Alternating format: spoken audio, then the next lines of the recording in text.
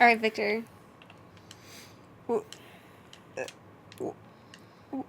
Why?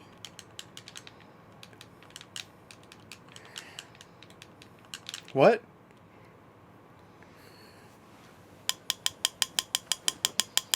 For the opening bit, I want you to sing the opening song and see if we get copyright claimed.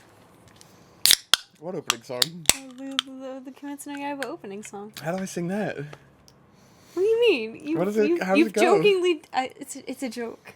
How does it go? What? You've heard it 26 times! How does it go? Sing it! No! How am I gonna sing it for the video and get copyright claimed if I don't know what the song is? You've jokingly sung it a million times! I literally can't even remember how the song goes. It was a joke. Well, the joke is incomplete. I hope you're happy. I hope you're happy. Because you didn't give me the rest of the joke to say. We were at the... Now there's no bit. Are you happy?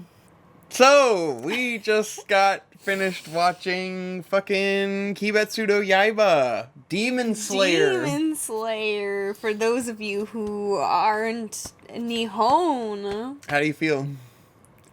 About About- life in general? Yeah, like life in general. I mean, you know, Lala's here. It's good. What about you? So I might want to apologize in advance because I might title this video or put in the thumbnail, "I'm 13 and this is deep," or whatever the meme is. Who are you apologizing to? Actual 13-year-olds? Well, it's the clickbait, because I'm gonna clickbait it as "I'm 13 and this is deep," like making fun of Kimetsu no Yaiba. I mean... Even though we're not gonna shit all over it. That's not what this video's about. Spoiler alert. Whoa! We don't hate it. We're not here to hate on some This is Kimetsu the no opposite Yaiba. of what we usually do. Which I is mean, we don't have really hate a on middling much of opinion anything. on a show that everybody loves unconditionally. I think we still have a pretty middling opinion on a show everyone loves unconditionally. We're just not shitting on a show everyone loves unconditionally. Well, it can't be as bad as Infinity Train, right? The backlash can't be as bad as Infinity Train. Yes, that was the worst. So, background on this show. What did we tried to watch it before, right? How did that go? So before we moved into this house, we watched a couple episodes of this dubbed, because you were going to try to do a... Well, even before that, we watched the first couple episodes subbed when it was coming out. Remember? We watched them I feel when like it we was watched the airing. first episode and then stopped. I think we watched 2. Maybe. I feel like we watched 2. But yeah, like we tried it when it was first airing, and we did not make it past like 1 or 2 episodes. We couldn't have watched more than 2 episodes when it was first airing. Yeah, and it was I barely remember. You know, and there was hype going into it beforehand in terms of like anime community. Like everyone knew this was going to be a big deal. The manga was already a manga big community deal. was already popping off about Kimetsu no Yaiba. Yeah, it's done by fucking Ufotable or UFO table or however the fuck they want to call themselves. Oof. I grew up with calling them UFO table, but they're a great studio. They've got lots of bangers, you know. They're kind of almost... I feel like they fly under the radar a lot of the time because they don't have a ton of output. You know? they are infrequent posters, and so I think they're kind of one of the lesser credited kind of at the forefront of new animation techniques kind of studios. Yeah, they've done a lot of bangers across the ages, including the best Fate Stay Night adaptations. You got Fate Zero and Fate Stay Night. Unlimited Blade Works season 1 and 2 and movies and all that shit, which usually they look really good. Like that's generally with UFO Table. The show might be boring, the script might be dumb, but it usually looks really good. So like there's kind of a high bar of expectation going into it. See some of the Kara no Kyokai movies for an example of this. Those look really really nice and are kind of boring. Little dry sometimes. Little dry. Little Some of boring. those movies a little dry. Let's be honest. Yeah, but good watches if you ever want to go through. What is that, like 7 movies? Oh my god, yeah, like a 7-movie series. It's- Go check out it's Kara quite no a bit. Kyokai. If you like, say maybe you've seen Kimetsu no Yaiba because you're more mainstream and you haven't gone into the UFO Table backlog. I would say that's an essential viewing if you want to like understand the studio's aesthetic, because like their aesthetic is pretty consistent across these different shows. Like, Kimetsu no Yaiba is kind of like a shonen delivery on the aesthetic they've been building throughout their shows for the past fucking 15, 20 years at this point. God, it's been a long time. They've been at it for quite a while. They have.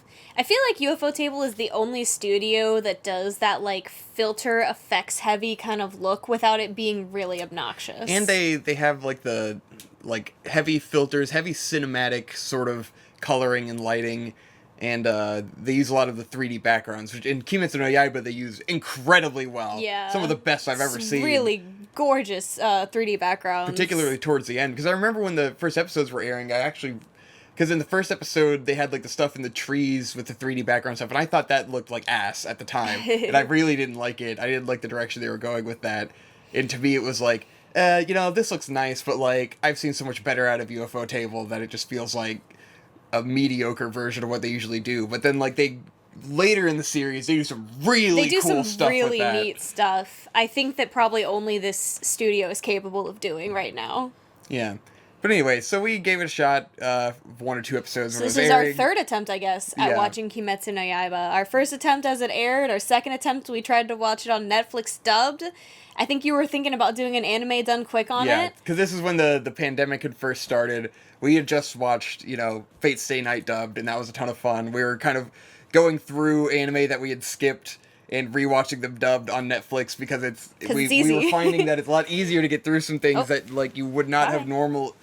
Like, they didn't hold my attention for watching it subtitled, but watching it dubbed, it's able to hold your attention because you don't have to be fucking glued to the screen every second of every moment of every scene. If something, if there's a lull, you can kind of, zone out, You have a moment to breathe. Yeah, not get totally lost. So, we had tried to give it another shot when I was doing the anime done quick shit last year, and we found it really boring, and we gave up. Did not work. Oh man! I mean, you were really bored by it. I was like irritated and bored. You were not having it. I was like, we're not gonna be able to get through this. It's just not happening. So we probably made it like 7 or 8 episodes in, maybe even 9. I don't even know. I think we made it probably 5 or 6. No, it was like, dude, that was like 8 episodes. It was like 8 episodes. So I think by episode 9, it was like it picked up a bit for me. Anyways, if you want a frame of reference, we stopped where he had fought that corpse ball guy in the woods. Yeah, and he killed that guy, and that's where we stopped. So he was doing his hunter exam, he killed corpse ball guy, yeah. And we were like, whatever. I didn't enjoy that arc. We just kind of didn't get back into it. It wasn't like we're dropping this. It was like we didn't pick it back up. Nah. Yeah, so, like, obviously, we know that this is an incredibly culturally important show. It's one of the biggest... Wow! Like, somehow one of the biggest shows ever, like, of all time, popularity and success. It's tremendously huge. Yeah. Like, one of the best-selling mangas, like, right after One Piece, obviously. In the Mugen Train. Mugen Train. Which is Infinity Train, I believe, is, like, the actual English name of the movie. It's actually the #1 like best-selling animated movie tickets-wise in Japan, beating out Spirited Away. Yeah. So it's kind of fucking huge. It's a bit of a phenomenon, I would say. Yeah, and we haven't watched that yet. We just watched the series, and we're coming straight off the series. I know that it, like, really leaves it open for the movie, which kind of... They definitely tee you up for the movie big time. It feels like the anime kind of just doesn't end and it's being teed up for the movie, and that's kind of really the conclusion of the season 1, so maybe we should have watched the movie before making the video. I don't think the movie's available to us yet, like on streaming. Well, we can find it. Yeah, but we're lazy. Yeah, a little bit lazy. But... when we were in Japan, it was fucking everywhere. Oh my god, yeah. Absolutely everywhere. That's when it really set in. Like, I didn't even recognize, like, what the fuck it was when we were there. And I was like, oh yeah, it's that anime. I didn't realize it was that popular. But it was absolutely everywhere. Yeah, you tend to be a little bit outside of the anime zeitgeist. So I was acutely aware of how huge it was. And I guess you had a little bit less awareness of it. Yeah. But it was fucking prolific in Japan. Yeah. Anywho, all that aside, we finally fucking finished it. Wow! We watched all 26 episodes of Kimetsu no Yaiba. My thoughts on it, in terms of, like, my impression, are kind of all over the place. Because I was, like, pleasantly surprised that we were able to get back into it, and it kind of picked up from where we had left off. Like, a couple episodes lull, and then like more characters are introduced, and then I liked it a lot more after that. Yeah. I still have some pretty mixed opinions on the writing of the show, the direction of like the plot and how it moves between things. We'll get into some of that, but I liked it a surprising amount versus like the first 7 episodes where we really weren't into it. Yeah. And it turned into a fun time. It did. Yeah. I mean, Kimetsu no Yaiba, it's a bit of a mixed bag. There's a lot of things that I liked, and there's a lot of things that I kind of have problems with. It definitely pulls from a lot of the big classic shonen manga, which makes perfect sense because this is, I believe, this mangaka's first manga. Yeah. So it's clear that she still has a lot of like learning to do in synthesizing this process and streamlining a story and making things flow a little better and kind of making her characters a bit more well-rounded, maybe not so flat sometimes, but Yeah. it's a really solid foundation for someone to start from. So it feels like if you've read Bakuman and you've gotten sort of that insight into like how the Shonen Jump manga process works, there's like usually something like this. It probably started with a one-shot. Yeah. And the one-shot was popular and then it got made into an anime. And the author probably didn't know where it was going to go based on the one-shot. They came up with a premise and a strong cast of characters, and like they knew who the characters were and the general plot and the general world, but like not a specific plot at all. That's what this feels like. It feels like one shot, they were winging it. And throughout Bakuman, you get to see the process of like when the one shot turns into a series, how the creators kind of come up with ideas. And there's a lot of the editors coming in and saying, this is working, this isn't working, you need to put characters here. Like, there's a lot of plots like that in Bakuman where they're going like, there's a lot of like construction to their idea. Constructive criticism and polling with the audience to see where things want to go. And like some manga authors, you have like a big vision from the very beginning and they execute it, like Attack on Titan. It's like some things changed throughout, but like you could tell that there was like a really big vision in the beginning. Yeah. And it's following kind of a set track, or like Berserk, where it's like the Golden Age arc had to have been masterfully planned, you know, from the beginning of like having the cold open with Guts, and it kind of seems like he figures out where it's going, and then it's off to the races, and it kind of goes in one direction, changes, you know, later on, but like you have a sense that this is a well-realized plot. Right. Kimetsu no Yaiba, I do not get that sense at all. Yeah, no. It very much feels like you said, she created the original concept, you know, Tanjiro, Nezuko, their family is destroyed by demons. Tanjiro goes on a quest to make his sister human again because she's been turned into a demon. Yeah. That was what she had at the start. That's what it feels like. There's particular plot elements that make this feel like it has to be true to me. Which is, like, the plot starts out as Tanjiro and Nezuko, and they're going from place to place. And, like, some of the mechanics of Nezuko established early on start to become a little muddied and confusing. And, like, there's probably justifications for it that people will explain in the comments. Yeah. But, like, I think it's really fucking retarded the way she works. Like, because initially we're introduced to demons as like mindless zombies. They turn into a demon and they're just like, bleh! They need to eat people, and then it becomes like. So I think the explanation is because I'm. Like, it seems like the more demons eat humans, the more powerful they become. Yeah. It's like they very quickly meet all of these, like, sentient, talking demons. Right. Who are, like, Who doing are very their own logical and, like, can make decisions. Yeah, and you're like, why can't Nezuko become like them? I guess because she isn't eating people. That's probably the explanation. You could make that argument that stunts her power as a demon, but she is still very powerful. And she's very conscious. Yeah. Like, she is at some point thinking. Sometimes we even get like her inner voice. Later on, we start to get like a little bit of inner monologue.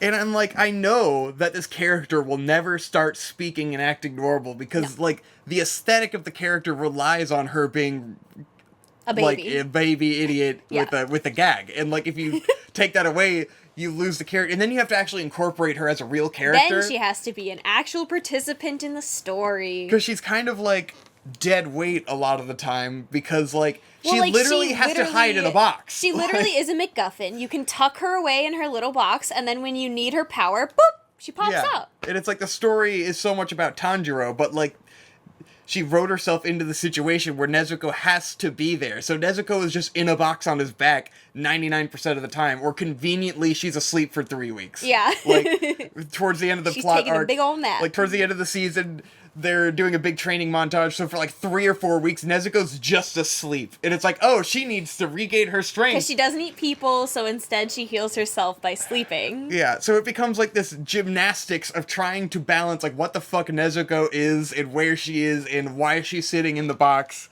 And it's just like you wrote yourself into this corner with this Into character. a box, one might say. Literally wrote You herself wrote into yourself a box. into a box. And then she has to have the ability to like grow big and small to fit in the box. And it's like, why? I don't know. You had It to was create probably just ability something she just thought was to, neat. Yeah, it's aesthetics. It's aesthetics first and plot explanation later is what that feels to me. Another direction with that is that, like, it's not till, like, episode 9, it's somewhere 10, 11, 12, 13, maybe, that the other characters are introduced. Yeah, it's pretty deep. It's Yeah. gotta be 12? 12 Something or 13? like that. Something like 12 or 13, where the other two... Zenitsu and Inosuke. Yeah, Zenitsu and Inosuke are introduced. And Zenitsu first, and then Inosuke a bit later. Yeah, but they're pretty close. It's like 1 or 2 episode difference where they get because introduced. that was in one of my favorite arcs with the drum guy. Exactly. And it just like the tone of the series just really shifts at that point.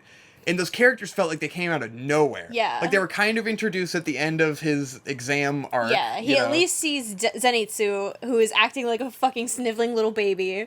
But it's like the way that their introduction kind of changes the tone of it, makes it feel like this was a move to make the plot less It like, definitely dour. Feels like an editor's touch. Like the editor said, okay, this is getting a little stale. We need something for Tanjiro to act off of. Because when he's interacting with Nezuko, it's pretty flat, and when he's interacting with anyone else, he's just in his inner monologue talking about what a good boy he is and how he's the best boy and he always wants to do the right thing and he's so good and he's so pure. So when you introduce like Zenitsu and Inosuke, it's like the air finally comes into the show and you can breathe. And then it becomes like way funnier and like really funny. Like I really love the comedy. It's genuinely of the show. very charming and funny. Particularly with Zenitsu is the blonde guy, right? Yeah. He's fucking hilarious. They sell really it good. so well, and I think that's definitely a huge part of that. First of all, and we watched this in English, but his English voice actor does a phenomenal job. Screaming is so hard to sell. And I'll say that he's one of the maybe 2 voice actors in the show that's doing a good job. Yeah, but I digress. He fucking sells it, dude. It's usually if a character did nothing but scream, that would be the bane of my fucking existence. That's where I turn off the show. As soon as you introduce a character that just screams all the time. But with Zenitsu, it's between the way they sell his voice acting and his fucking facial expressions and the way that they like animate and present the facial expressions. Mm-hmm. It's so good. It breathes absolute total new life into the show and makes it a completely different beast. And he's just a super fun character. The sad part about that character is I'm fearing the ways that he might change and kind of lose that charm, because it's the kind of thing where it's like he's got such a one-note like comedic style that eventually I feel like they're gonna get away from it. Yeah. Which will then make him less fun and endearing. Hopefully they'll do it in a smooth, natural way that doesn't suck, you know? Yeah. Like you either stay stagnant like in Inuyasha, you know, where it's like everyone has to stay exactly the same so that the comedy can still always work, or you have him change and then he's not as funny as he used to be, you know? Because eventually the joke will start to get old if they keep executing it the right way. But they've done such a fucking great job. Like the Ufotable, I'm sure can get a lot of credit for the incredible way that they animated him. It definitely elevates the source material, being able to, first of all, get the extra dimension of the animation, the color, and then the voice acting. I'm sure it elevates the source material. I've only read like 2 chapters of the manga, so I can't say for sure, but I have a feeling. But they pop off with it's the shit. It's so on point, so good. But then I would say there might be a bit of a tonal issue with the anime, because like I talked about how when they introduce those characters, it feels like there's this big shift in tone where all of a sudden it's way funnier than it used to be. Right. And that could be a thing with the way that they adapted the anime and the way the soundtrack feels. Because the soundtrack is like a Yuki Kajiura. I don't know if it is Yuki Kajiura, but it sounds like it. Could look it up, but I didn't, so fuck me, but in the comments, it's already there. But it's like that very dramatic sound. Ufotable brings that really dramatic look to everything. It's very cinematic, so, yeah, like, cinematic music. The cinematic, dramatic elements are toned up a lot in the first 10 or 11 episodes, so when they do introduce this comedic element, it feels like it came out of nowhere, whereas in the manga, maybe it didn't feel so it's jarring, not such tonal whiplash, maybe. Yeah, not such a whiplash, because, like, I really had a hard time pegging down Tanjiro's character and what I liked about him early on, because, first of all, he has no one to play off of. Yeah. So, like, you're just kind of in his head, and in his head, of course, he's not really flawed in any way. He's kind of just a really good boy. He's just a very good boy.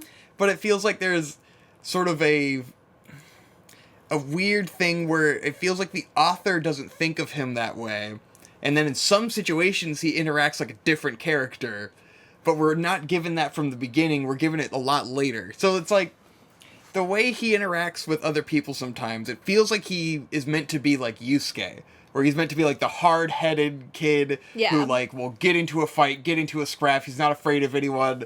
And there's those certain situations where like he has like a stubborn streak. Yeah, he wants to like headbutt people and get in fights to protect his sister and stuff, and he's like this stubborn, like hot-headed kind of guy. But he's also not hot-headed at all. Not at all. And he's completely calm. So there's some elements where it feels like he's like a gon, where it's like he's like a prodigy, an instinct boy, good boy, you know, or almost like Ippo, where Ippo is like a really good boy who works really hard and is completely innocent in every way, but Ippo, they play him off comedically like a fish out of water, where it's like he has no social skills, he doesn't know how to read situations, he's just like this innocent guy. But Tanjiro isn't that innocent guy. He has all of the good boy elements, but then also he's a badass hothead, and it's like he's too good of everything, I guess, is what I'm trying to... Like, I love Yusuke because he's a hothead, and also he's, like, he's so consistent. And he doesn't want to be there. He always just, like... You know, he doesn't want to train, but he's like, damn it, but I will, because I don't want to look like a bitch. And he's, like... He encapsulates the hothead character perfectly, and someone like Ippo is a good boy perfectly, and Tanjiro is just somewhere in between being like a good boy. He's definitely, but much also like a lot of the things in this story are a mishmash of a lot of different elements pulled from other material. So yeah, with Tanjiro, I mean, I wouldn't call him a hothead. He can get riled up when it comes to dealing with Nezuko, and not much else. Everything else, he really maintains his composure. But then, like, with the other two guys, sometimes he will get riled up at Zenitsu. And I liked his personality a lot more when he was doing that. That's the thing. I didn't find anything to like in Tanjiro until he had Zenitsu to play off of. And, like, the fucking deadpan look of disgust is where I was like, oh, I get it. Yeah. That's what's charming about Tanjiro. Like, that was great. But, like, to have that kind of angle to him, it feels like he needs a bit more of an ego, you know? And he doesn't have, like, when he gets away from those characters and he gets back into a fight or plot stuff or interacting with nicer characters, he becomes good boy again, who do no wrong. And it's just... Good sweet boy. It's just weird. I just can't... I can't like him as much as I want to. Definitely, Tanjiro is just the kind of character I can't find anything interesting about when he's on his own, and especially not when he's interacting with a non-entity like Nezuko. Yeah. Because she's really nothing. She literally, you know, can't really do or say or have any will of her own. Yeah. She is just a prop. And there's, like... Yeah, I mean, it definitely suffers because she has no fucking personality, so there's nothing to play off of, because like their dynamic is a lot like Edward and Alphonse Elric, you know. Right. But Ed and Al have distinct personalities, and they play off of each other, and they get on each other's nerves, and they do little jabs and digs, and there's a little back and forth. Yeah, because like overall, I feel like Kimetsu no Yaiba is Full Metal Alchemist light in terms of like it's. I would say it's equally as gruesome, if not more gruesome, than FMA. I think FMA does a better job of, like, setting you up to be disturbed because you give a shit about what's going on. Yeah. Whereas Kimetsu no Yaiba, like, I have a big problem with the way the story arcs work, where like they try to do the thing where they introduce a villain and then like flesh them out and make you empathize with them. That's kind of the overarching like plot That's the conceit, is that formula. all demons used to be humans, so like we want to empathize with them when they die, and Yeah. Tanjiro is unique in the way that he empathizes with demons, and like I like that plot direction.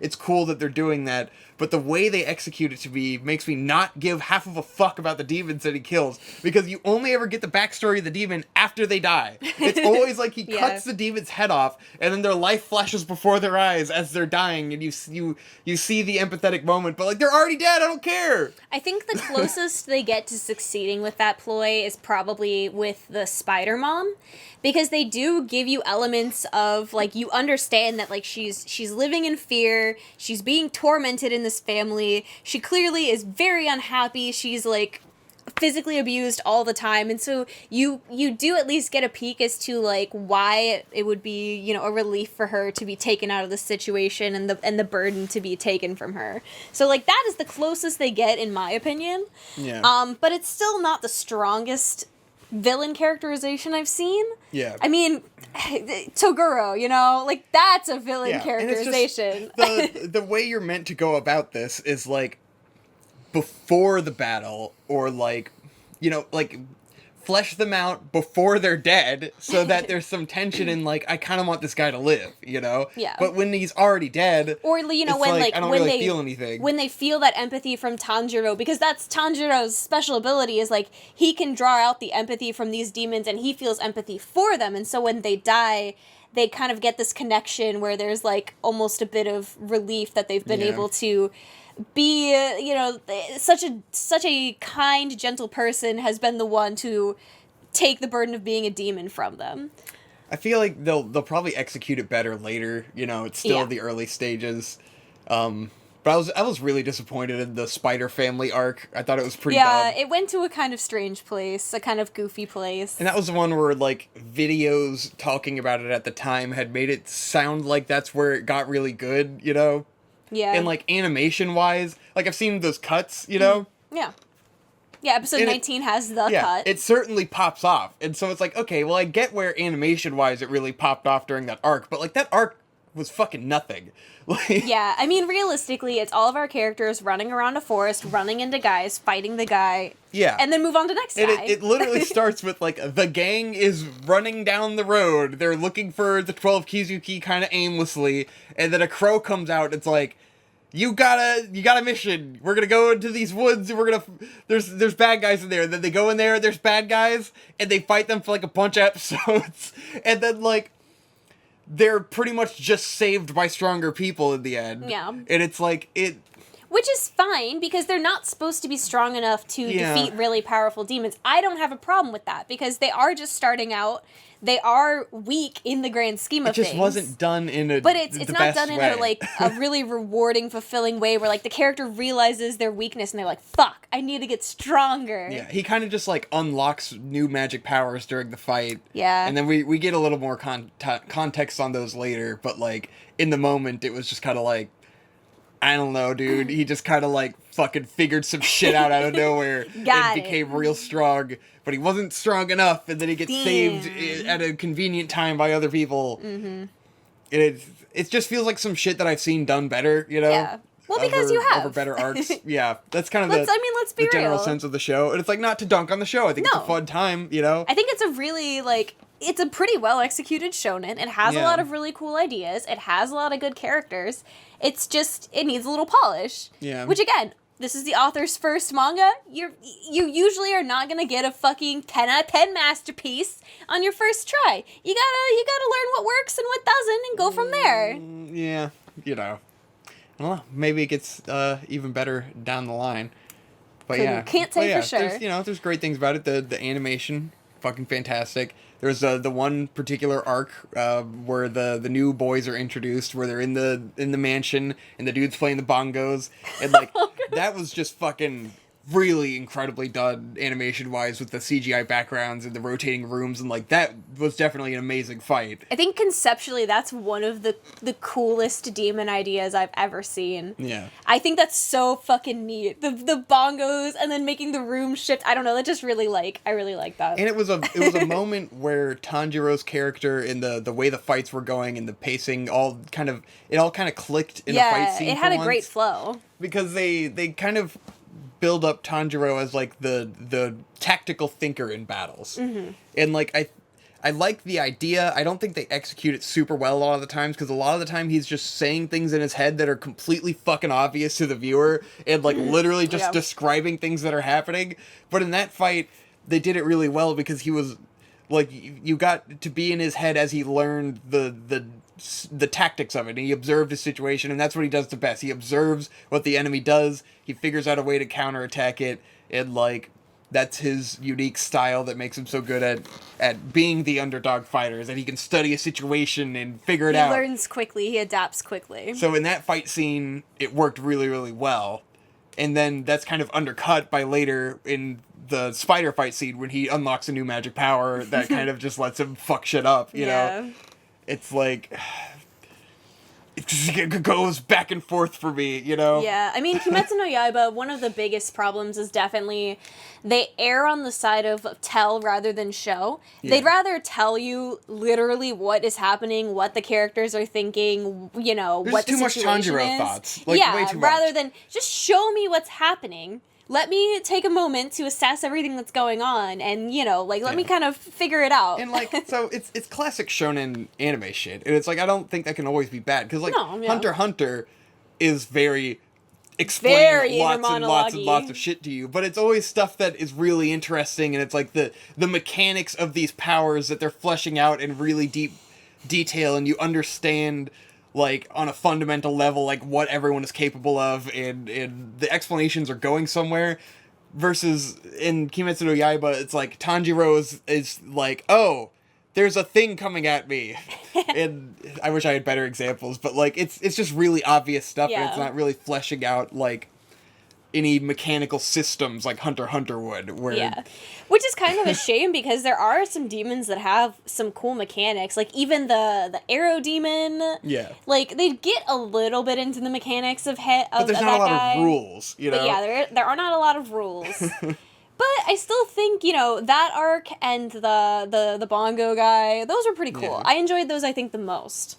And there's stuff like Tanjiro's powers, where, like, he's got the 10, 9, how many forms? 10 forms? There's 10, but there's an 11th form he hasn't learned yet. And it's like, I'd rather have, like, a few forms that we understand really well the situations he could use them. Because he just ends up mostly using, like, water wheel. He mostly uses water wheel. And then, like, he uses another one that just kind of seems like do whatever you want form, you know? It's like, oh, I'm just gonna fucking freestyle it. It's like, well, what's the point of all these forms? It just seems like you came up with some shit, and then it doesn't really matter at all. And eventually it's just gonna get written away. That's her attempt at having a rule system. Yeah. But she has, like, kind of multiple parameters going on for each character.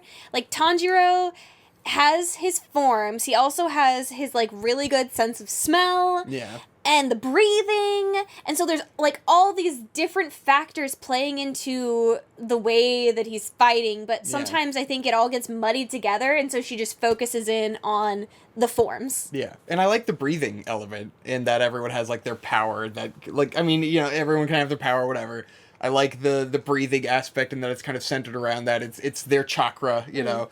Their Nen power. It's gonna get it's Nen. developed in more detail, and, like, I think that's the focus we're gonna go in. The forms, I don't know, because, like, you've got Lightning Boy, and he's like, oh, I can only use one form, but I've mastered that one form perfectly. But then, like, but what is that? It just seems like you go lightning. and you do whatever. Like, He's got the lightning. what are the rules of it? It would be great if it was like, I only mastered this one technique that I can only use in this really specific circumstance where I have to, like, be above the enemy and hit, and so, like, I need to get tactically into this position. But no, he just, like, runs real fast and shoots lightning or whatever, and it's like, well, I don't know what this is! I also feel like when they first introduced that power, Zenitsu's one form, it also felt like he had to be unconscious to use it. Yeah, like his the first subconscious time. takes over.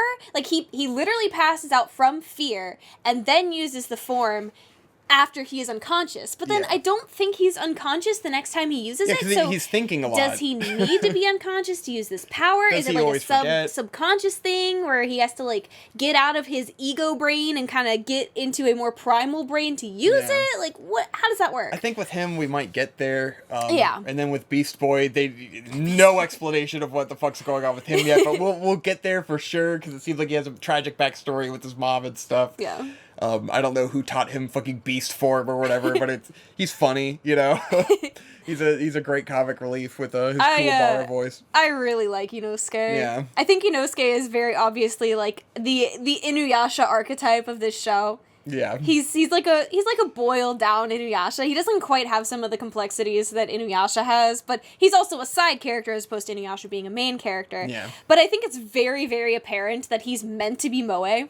Oh, definitely. Look at his character design. Yeah. I know you're going to say, oh, but he has a boar's head. But, like, look at the way they design it. It's kind of fluffy. It has pink ears. The Yeah. ears are always gradient pink. It's meant to be cute. He is a moe character. It is meant for to be sure. adorable. He is meant to be cute. It's really cute. I like it a lot. Yeah, those are great characters. And I hope they don't become, like, shonen power irrelevant as Tanjiro becomes a fucking god. But I mean, at the end of their training arc, they were all kind of implied to be on the same level, you know, but I'm sure it's gonna... Yeah. Right now they ebb and appear to be flow. all leveling together, but that Yeah. could change. But, yeah, and so the end of the first season, it just ends after, like, a training arc. It's kind of weird the way it's structured, Well, because, like, the spider arc they was have clearly, to- like, the climax. They have to set it up so you meet the 9 Hashira. Otherwise, Mugen Train won't make sense because you won't know who Fireboy is. Yeah.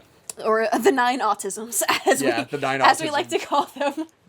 They're so weird, and it's like every character they introduce, you're like, all right, here's this incredibly two-dimensional guy that will all of a sudden get like a three-dimensional backstory and feel like a completely different character at some point when they were introduced, feeling like a sociopath. Like there's nothing to them at all. And then like they'll figure out the backstory eventually, and We'll they'll get become there. empathetic, I guess. Yeah. Yeah, it feels like we're dunking on the show a lot, which I don't mean to do, but No, it's not at all. easy. It's easy to do it because But, I mean, but we've said a lot of good things, but there's, some things that are, yeah, the shonen tropes. I'm definitely hyped for season 2. Oh, I mean, yeah, I'm in sure. the movie, like I think yeah, it's gonna really definitely. fucking pop off, and Definitely. I'm super excited to see the movie. I'm really interested to see what season 2 has in store, especially now that we have our supporting cast established. So we won't have to spend 9 episodes inside Tanjiro's fucking head talking to nobody. yeah, exactly. God, I do not for the life of me understand the popularity of Nezuko. Yes. Why do people love Nezuko? Please tell me. I meant to. Now I need to go in about Nezuko. Please tell Because me. Nezuko to me, I feel like is a fucking fetish of the author. I really think this author has some sadomasochism shit going on. And there is some weird sadism shit in this fucking show. Nezuko is an embodiment of weird masochism shit. She's literally just getting fucked up all the time. It's like you created a character who is gagged, for one. She's literally gagged. Second, she basically has no will. It is just being dragged around.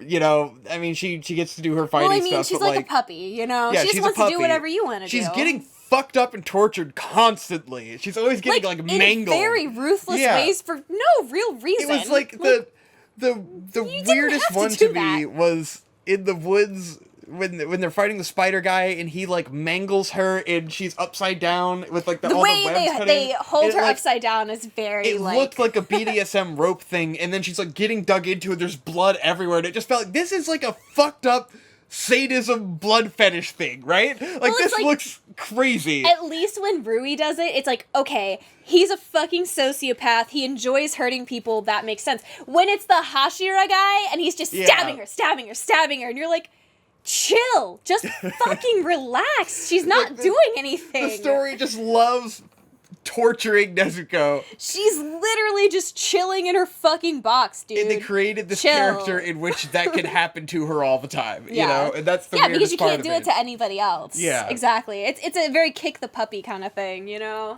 It's just like all the time. And then it's like some of the gore is like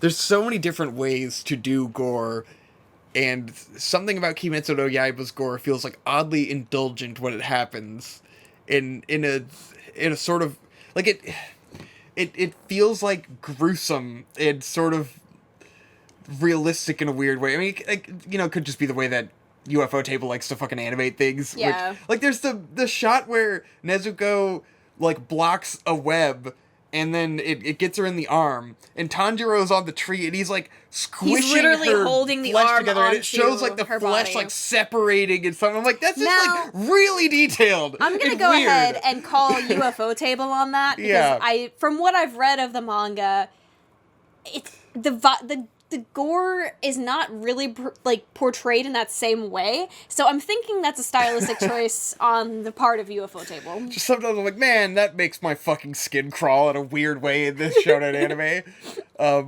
I don't know. It doesn't bother me, but Yeah. I've also grown up in communities where like Guro and shit doesn't bother me. So Yeah. maybe my opinion's not the best. It's the tone whiplashes with it, you know, where it's like we're doing funny, goofy, crazy thing, and I then mean, we're doing like And gore. it is funny because it only happens to characters that don't matter and Nezuko. Yeah. So it's like, well, And then you get the one guy who gets fucking Resident Evil spiderweb gridded into a million chunks. That was fucking awesome. Like, moments like that, I'm like, yeah, awesome gore! When it's Tanjiro trying to squeeze Nezuko's arm back together, that's where I'm like, okay, what the fuck? this is where Victor draws the Like, line. you really lovingly animated the way her arms squished together. I I know. don't feel like it was that bad. I know. to me personally. I'm exaggerating for fun, but I think they also it was definitely just like, huh. take efforts at points to make it kind of like a little sexy. Yeah, Little- Nezuko just feels a little fetishized in an odd way, you know, and it's not my fetish, what can I say? That's probably why you think it's odd. Yeah.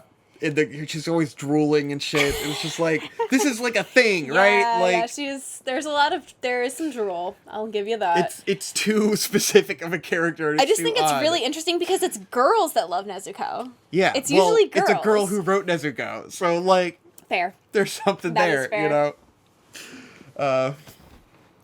What else did I have to say? I had something else before I thought of going off about Nezuko because And the gore. it's just it's such an odd character. There's more kind of like I like where the world goes, but it turned out to be more sadistically goofy than I expected. Like, because in the beginning it plays it so serious, and then eventually when you get to like the 9 Kizuki or whatever, like those guys are wacky as fuck.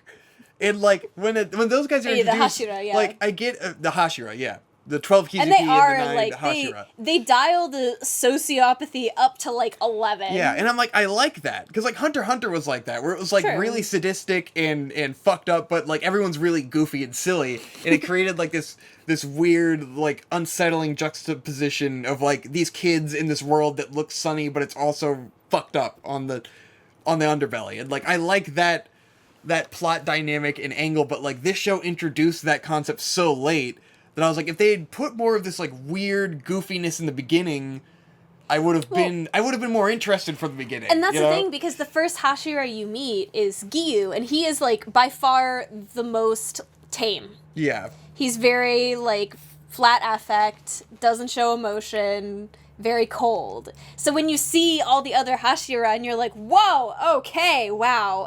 And they kind of they fix his personality later because originally he's They like so retcon his grim, personality and then, a little. and then they turn it into kind of like this moe thing where it's like, oh, he's just like Where really he's completely socially unaware. And yeah, has no he's socially skills. unaware, and it's like, oh, he just became way more charming, but it's in a way where it's like this is so much later, Yeah. and it's gotten so much goofier since then that like they had to change his character to have it make any But sense at all. I think that's due to the story evolving as the author figures out where she wants to go with yeah, it. and I like where it's gone. Yeah, no, I And much I wish it prefer could have that. been that way from the beginning because I would have understood the tone of the world more. And I like the idea of this world that's kind of like the people are very weird and objective about everything, where it's like weird utilitarianism. like weird utilitarianism, where it's like it does not ever cross these people's mind that the demons aren't evil. Yeah, and they're like, just like, we gotta kill all of them. I don't like, care. It's one of those where it's like, this is how the world works. And all like, demons are evil. We have no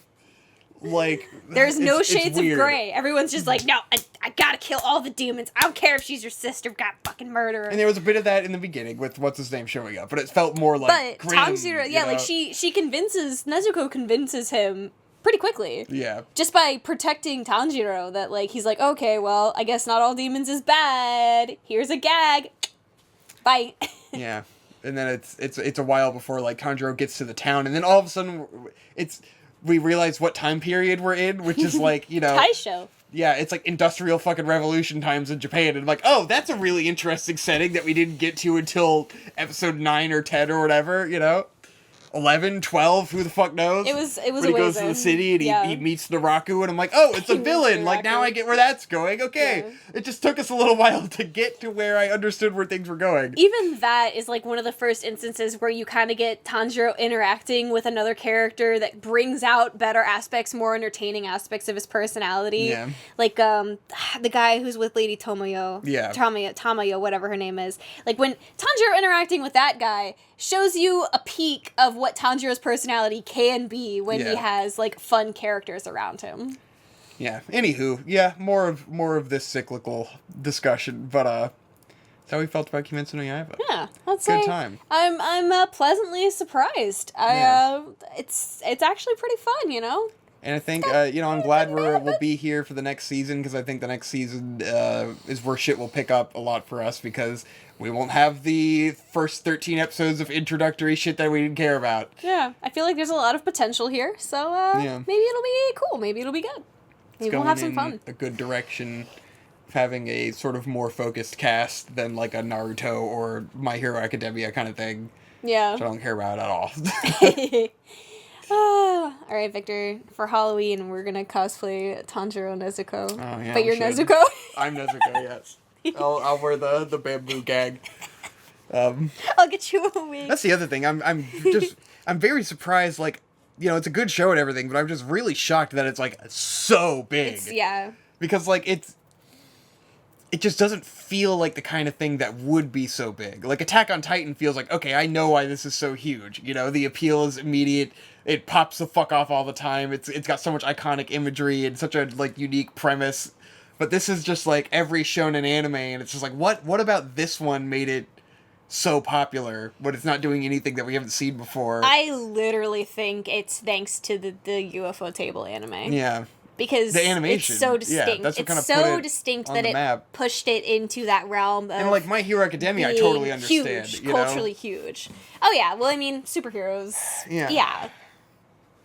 Seems like that's a home run without question. Yeah. Something like this, I'm pretty sure the anime adaptation is what really pushed it into being a pop culture icon. And probably the multi-age appeal, because it's like it's definitely, a very tween teen like targeted Oh yeah, it's feel a to it's it, a shonen. but it's show. gory and well done enough that it's going to appeal to the older anime fans and kind of get everyone together. Yeah. Because like kids think it's edgy and amazing, adults it's edgy enough to get them in with most of the normies, Yeah. Because I don't know if it's like they haven't seen anything crazier than this, but like. Well, and for the people who have seen a lot more, it does kind of have like a nice nostalgic feel of like Yeah, your definitely. first shonen, where you're Yeah. like, oh yeah, I remember when the first time I watched something like this. It brings you back there, and it's a lot of the times it's like it's better than Rurouni Kenshin. Like you Oh go my back and try to God, watch yeah. Rurouni Kenshin, and it's terrible. It's like it's almost unwatchable, and it's like, so I get where Yeah. like that's a nostalgia goggles kind of show, and this is like a modern version of that's like actually better than what that was. Yeah, definitely. I mean, I don't know. If I was 13, would I be obsessed with Nezuko? Maybe. I don't know. Probably. Let's be real. It's not impossible. I would love Tanjiro when I was a kid. God, I would love Tanjiro. He'd be so relatable. So good. He's got a sword.